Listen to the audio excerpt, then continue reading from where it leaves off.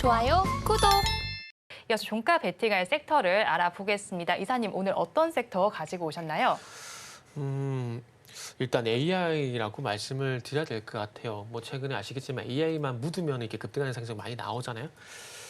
그래서 AI 같은 경우는 뭐 많은 얘기도 있고 뉴스를 보셨기 때문에 좀 생략을 하고 제가 개인적으로 조금 이제 관심 있던 기사가 있어가지고 그 내용을 좀 말씀드릴게요. 4월 7일 날 저도 본 기사인데 아마 요거 때문에 최근 삼성전자 쪽으로 외국인들이 정말 미친 듯이 매수가 들어온 게 아닌가라는 생각이 드는데 무슨 말씀을 드리려고 하냐면은 그 월가 주요 은행들이 엔비디아라든지 MS가 너무 많이 급등을 좀 하다 보니까 해외에서 좀 대안을 찾고 있다라는 그 보도가 블룸버그 통신을 통해서 나왔다는 얘기가 있더라고요. 뭐 월가 주요 은행들은 아시겠지만 뭐 골드만삭스, 모건스탠리, JP모건, 뭐 BO 이런 회사들을 보시면 될 것 같은데 엔비디아 뭐 그렇죠. MS 많이 오른 건 사실이죠. 그러다 보니까 이제 좀 덜 오른 종목들, 저평가되는 종목들을 찾고 있다는 얘기가 있더라고요. 그래서 현재 뭐 이런 주요 IB들이 지켜보고 있는 주식이 이렇게 있더라고요. 대만의 TSMC, 퍽스콘, 그리고 한국에는 삼성전자, 그리고 SK하이닉스를 유심히 지켜보고 있다는 그 뉴스가 있더라고요.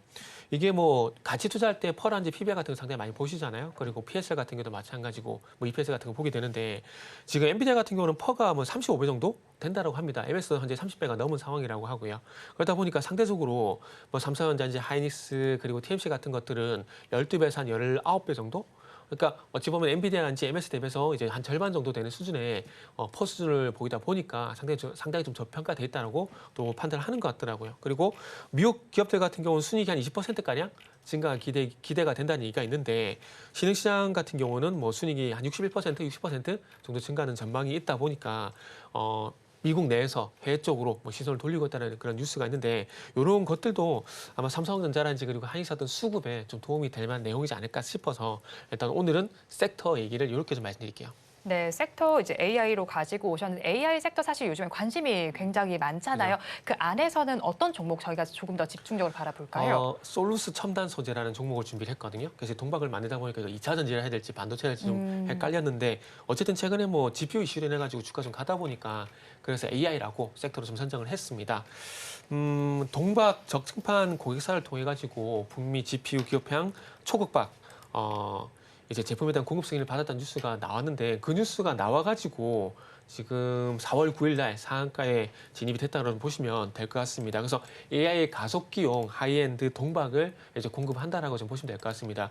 요게 3월 17일 같은 경우도 뉴스가 나왔었는데 이게 구체적으로 됐다 안 됐다는 얘기는 없고 그냥 가능성 측면에서 얘기가 나왔다가 주가 조정을 받았었거든요. 근데 4월 9일 날 나온 뉴스는 거의 확정적으로 보수된다는 그 내용이 있어가지고 그래서 말씀을 드린다고 보시면 될 것 같아요. 그래서 이 초극박 같은 경우는 그동안 일본 업체들이 좀 독점을 했었는데 국내 기업 중에서 솔루션 첨단 소재가 유일하게 이 공급망을 뚫고 들어갔다라고 합니다. 그래서 그만큼 이제 좋은 일이라 좀 보시면 되고요. 그리고 이제 타 GPU 기업 쪽으로 이제 신호 무결성 성능 테스트도 진행을 하고 있다 그러니까 이런 점도 참고를 좀 해보시면 좋을 것 같아요. 그래서 이 초극박 같은 경우는 조금 전에 말씀드렸듯이 일본 기업들이 독점을 하고 있는데 그만큼 기술 장벽이 높습니다. 기술 장벽이 높은 상황이고 거기다가 기술 장벽이 높다 보니까 당연히 진입 장벽이 높을 수밖에 없겠죠. 근데 이 부분에 진출을 하게 되면서 앞으로 데이터 센터라든지 AI 서버라든지 이쪽 매출이 확대될 가능성이 높다. 뭐 이렇게 보시면 될 것 같아요. 그러다 보니까 AI 반도체 시장이 어떤 성장을 하게 되면서 그 속에서 수혜를 볼 만한 종목이다라고 보시면 좋을 것 같습니다. 마지막으로 가격 전략만 좀 말씀을 드리면 일단 목표가는 23,000원 정도 잡았고요. 그리고 손절가는 18,500원 정도 잡았다라고 보시면 될 것 같습니다.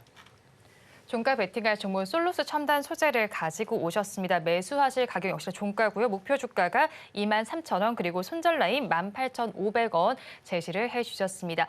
이어서 본부장님께서는 종가 베팅할 섹터 어떤 거 가지고 오셨나요? 네, 저는 조선 쪽에서 좀 가지고 나왔는데요. 일단 지금 만약 우리나라 증시 혹은 이제 글로벌 증시가 조정이 나오게 된다면 좀 불편한 이야기이긴 하나 조정이 나오게 된다라고 하면 그 트리거가 될 수 있는 어떤 환경은 이 고유가와 고환율일 가능성이 저는 굉장히 높다라는 생각이 듭니다. 그래서 저는 여전히 뭐 성장주들에 대해서는 굉장히 좋은 평가를 좀 드리고 있는 상황이나 해지 상태의 어떤 이 섹터를 좀 고려를 해야 되지 않을까라는 생각이 들어서요. 고유가와 이제 고환율에 조금은 이제 민감하게 반응할 수 있는 이제 조선 쪽을 한번 바라보셨으면 저는 좋겠다라는 생각이 들고 있고 단순히 이제 테마적 추가적으로 보시기보단 지금 조선사들 같은 경우에는 굉장히 높은 수주 잔고를 좀 가지고 있다 보시면 될 것 같습니다. 뭐 조선 빅3 모두 뭐 30조 원에 가까운 지금 수주 잔고를 가지고 있기 때문에 그로 인해서 실적에 대한 부담감은 굉장히 지금 낮아진 상황이다라고 좀 보시면 될 것 같고요.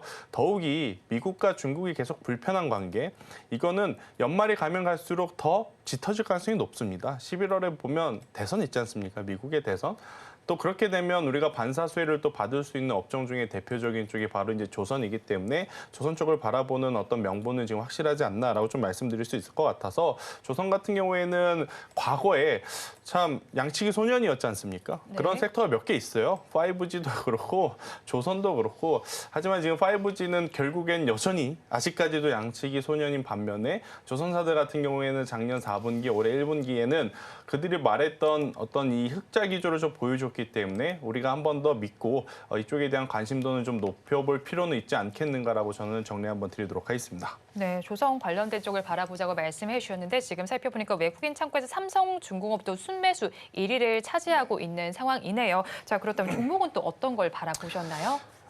사실 조선 빅3가 가장 좋죠. 그런데 이제 이쪽에 대한 변동성을 좀 우려하시는 분들이 많은 것 같아서 기자재 쪽에서 저는 좀 뽑아왔고 이제 그 기자재 안에서 이제 세진중공업이라고 하는 기업을 좀 가지고 나왔는데 처음 들어보시는 분들도 저는 많다라고 생각이 듭니다. 왜냐하면 이제 조선 기자재 하면 보통 한국카본, 그리고 동성화인텍, 뭐 태광 이러한 기업들이 많이 이제 거론이 됐었는데 세진중공업 같은 경우에는 저는 지금 시점에서 우리가 체크를 해야 되는 요소들이 몇 가지가 있다라고 좀 정리드릴 수 있을 것 같고요.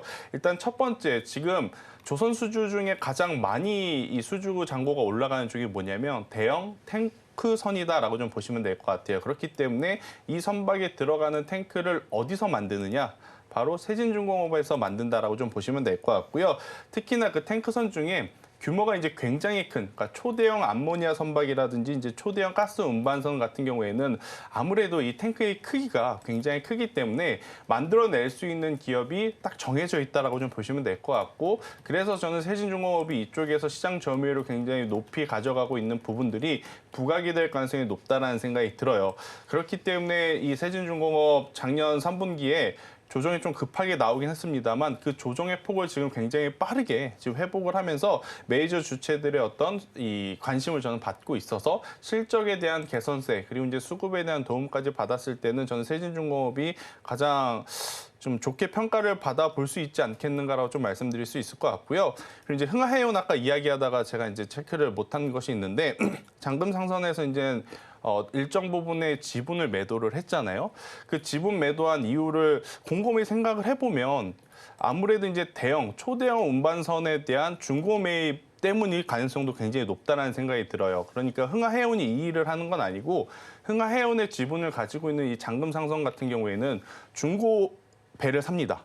그리고 그것을 다시 리모델링을 해가지고 고객사에다가 이제 되파는 이제 본업을 가지고 있는데 최근에 이 중고 선박, 특히나 이제 초대형 선박 같은 경우에는 가격이 작년 이맘때보다 약 45% 정도 올라왔다라고 지금 보여지고 있어요. 근데 지금 시장에서 이런 선박에 대한 수요가 워낙 높다 보니 그 선박에 대한 투자를 위해서 저는 매도를 하지 않았을까라는 생각도 저는 해보면서 그렇게 된다라고 하면 정말로 이 초대형 탱크를 만드는 기업 세진중공업도 계속해서 저는 보시는 것이 좋지 않겠나라는 의견 한번 드려보도록 하겠습니다. 네, 세진중공업 계속해서 바라볼 때 가격 전략을 저희 어떻게 잡아갈까요? 네, 일단 현재 구간에서 저는 6,200원이라는 가격대 밑으로만 내려오지 않는다면 충분히 모아갈 수 있는 구간이다라고 생각이 들고 있고요.